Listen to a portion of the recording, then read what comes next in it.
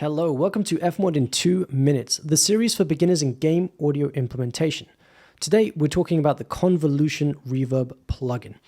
Here I have a piece of music and I have a reverb sending a bit of the reverb that's built into Fmod to this track.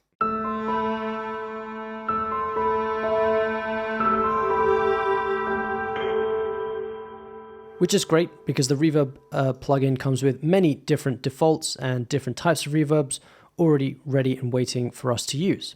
However, let's say the scenario is I want to use the same particular reverb that was used by the composer to mix the music. If I instead add a Convolution Reverb plugin, I then have the option to add any impulse into this space to give me a different reverb. For instance, I have the impulse response from a certain reverb that the composer and I really liked, for instance, which is just a recording in a particular space that the Convolution Reverb can take as input and data to turn into a reverb that we can place on any other sound or any other piece of music. So now I can hear it with this particular reverb.